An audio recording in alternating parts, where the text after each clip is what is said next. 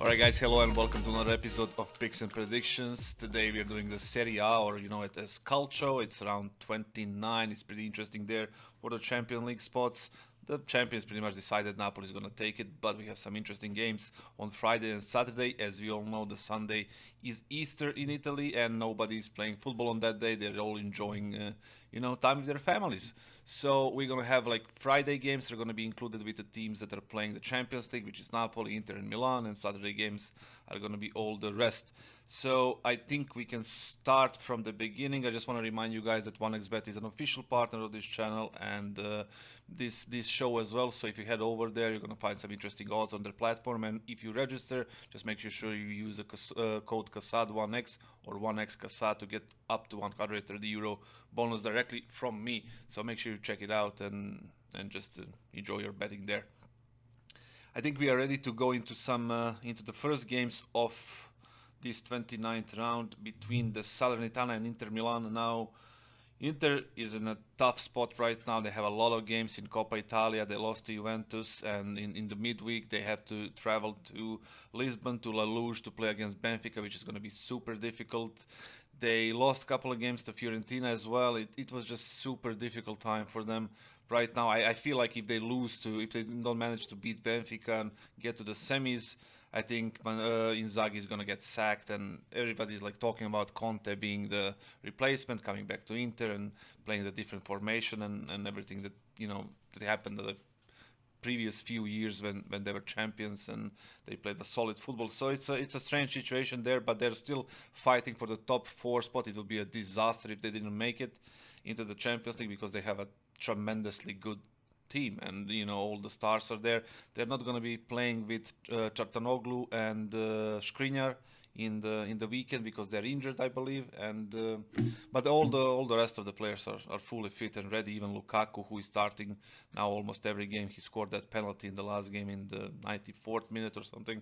It was a terrible game. They have a problem creating chances, but the other side, Salernitana, they are I don't know. They're playing well. They're really better than last season. When they were in a relegation zone in this moment last year in the 29th round. But right now they're pretty much safe-ish, I guess. And they're not really scared of playing against big teams. The positive thing for me here is the bet that I'm going to go with is over 2.5 goals, simply because both teams are in the top 3 of Serie A this season with over 2.5 goals total in the whole season, last 28 rounds. So I do think the best value is to go over 2.5 there and Lautaro to score because he's a kind of a streaky scorer, but he didn't score in the last 5 games and he scored 5 goals in 3 games against Salernitana. So he pretty much, feels well when he plays against them. It's a valid value. I think it's over 2.2 or something, but Inter Milan to win is also a decent one. I'm gonna go with over 2.5, and it offers like around 180, which is a pretty decent for me. 178, as you can see it on the screen right now. We saw it here, so Salernitana Inter 1.78. So that's a pretty decent one. I think both teams will probably score, and I think it's gonna be a lot of goals here. In the second game, Lecce against Napoli. Now, the thing is, like, here, Napoli lost last week against Milan. It was 4-0 on their home field, which was pretty unexpected because they have 2 more games against AC Milan in the Champions League. The first one is in the next couple of days, Wednesday, I believe. And, that defeat kind of sucked for them pretty much because, yes, they didn't have Osimhen, which is the best striker in the Serie A and probably one of the best strikers in Europe right now, at least top 5. And he didn't play, but they still should be able to, resist Milan. They were completely tactically outmaneuvered by Milan's team, and it felt like Milan's midfield was much better than Napoli, so they end up losing. But the interesting thing and interesting stat about this game is that Napoli this season, they lost 4 times, and every time they lost, they won the very next game. On the other side, we have Lecce. They lost 5 in a row. I don't think they scored in the last 4 games. They are really a sinking ship right now, and last time they scored was like 18 February, I believe, something like that. So Napoli to win gives us a great odds of 165. I don't know if it's going to be any resting. Is Kvaratskhelia is going to be playing, but I do believe that he is, because mathematically they didn't secure the title yet, even though it's super close. But they should be winning this one, and they should be scoring 2 goals at the very least. So 165 and 165 there is pretty decent odd, and I do believe it's gonna happen, and I think they're gonna score at least 2 goals. So it offers probably even more, about 180 or something like that. But I think I'm gonna go with Napoli to win at 165. I'm gonna be waiting for the lineups to see if Kvaratskhelia is gonna be playing. Osimhen isn't playing, and I want to see the rest of the squad. Is it gonna be any summer rotations or anything like that? This is definitely a bet just before the game when we get the lineups officially. Milan against Empoli, game number 3. Now, we saw Milan last year demolishing Napoli 4-0. It was just ridiculous how good they played. The midfield was completely and absolutely perfect. I haven't seen Milan play like this since last year when they won the Calcio. So 145 is something that's, I don't know. I feel like you can take it, but I wish it was like 155. So that would be a little more value there. So I do believe Milan can win this, but in their mind they're gonna be in that game against Napoli in midweek. So I don't know if it's gonna be rotations. The same thing goes for this game. Wait for the lineups, see who's gonna be playing. If Origi is gonna get a little bit more minutes, or Rebic, or whoever right is on the bench in the regular season. So maybe they get some more minutes. And I'm gonna wait and see what's gonna happen there when it comes to the lineups. Now, Empoli is a team that's doing better than last year. That's for sure. In this part of the season, I don't think they had a winless streak of like 15 games last year. So they're in a much better spot right now. I think they're pretty much safe. They have nothing too crazy to play for, but those teams are always dangerous. They know how to play. They're not scared to play against big teams, which is a pretty interesting thing for them. I don't know if it's gonna matter this time, or maybe Milan kind of turned the corner when it comes to like this season. Maybe they actually start playing better now after that win against Napoli. So it's definitely doable. I'm gonna wait for the lineups, but I'm probably gonna go with Milan on this one. Now the next game is Udinese against Monza. Very, very boring game in my mind. Both teams are secured for the next season. Nobody's in danger of getting relegated, and I do believe that this game is, for me, it's a no bet personally. But if you actually have to bet on that, or you want to bet on that, Udinese is quite good at home. I mean, they beat Roma, they beat Inter. They're pretty decent at home, but I have a couple of missings. They had a couple of missings last game against Bologna, I believe, and I don't think they're going to be much stressed about that game. They have nothing to play for. They're in some sort of, they have mathematical chances to be in the Euro, but I don't think they can make it, and I think they know it too. So maybe Monza, who is on the other side, who played terrible game last 3-4 rounds, just awful football. After the series of good results, I think they are in a position to at least get a point here, and that offers around 181. Double chance for Monza offers 181, which is a value. I don't think Udinese is that much stronger, at least right now. So Monza to get a point here at 181 is a pretty decent odd for me. Then we come to the very next game, which is also on Saturday at 2:30. Pretty strange time for Calcio to be played at Saturday at 2:30. Fiorentina against Spezia. Now Fiorentina is in a winning streak of like last 6 games they won. Even yesterday against Cremonese in the Coppa Italia, they won 2-0. It was pretty convincing, and I think they're safe to reach that finally in the competition. So they lined up the best possible squad, and I think Nico Gonzalez scored and Artur Cabral scored, and it was pretty easy, but they had to spend all of their players in that game, which means, and they also have a game midweek in the Conference League, so it's not going to be easy for them. I think they have a total of 9 games in April, which is pretty much nuts, because playing a game every 3 days is just unbelievably difficult, and they had to do with some rotations. Now, against Cremonese in midweek, at least yesterday they played with a full 11.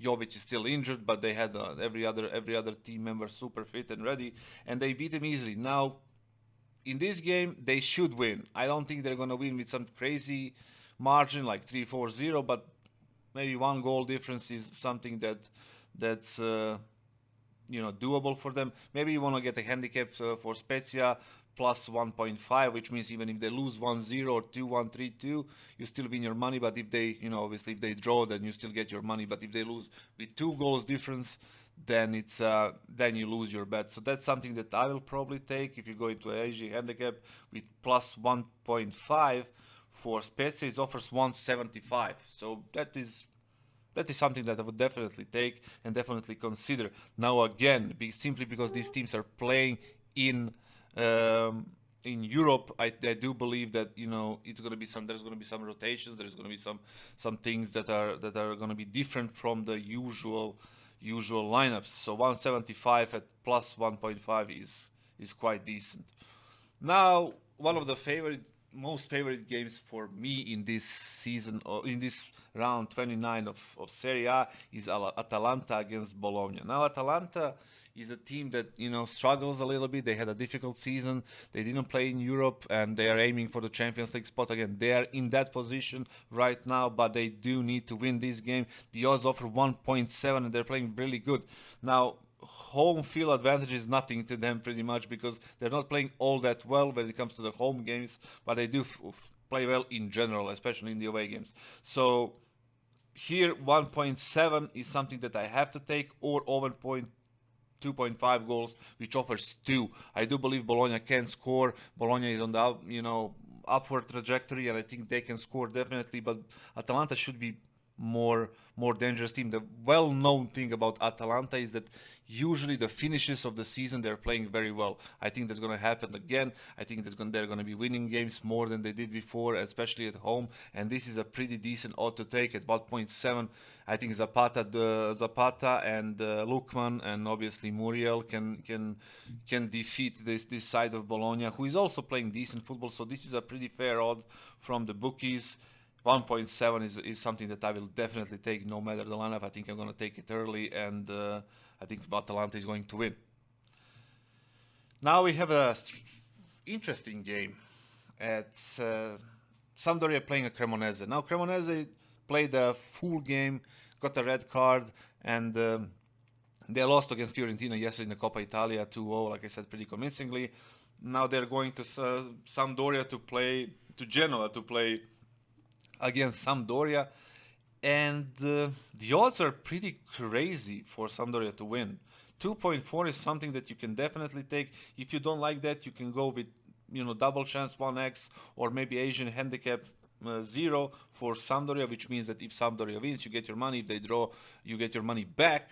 And if they lose, then you lose your bet, which offers maybe around 1.7 or 1.8, which is something that, pretty good. I'm personally going to take Sampdoria to win at 2.4, maybe half a unit.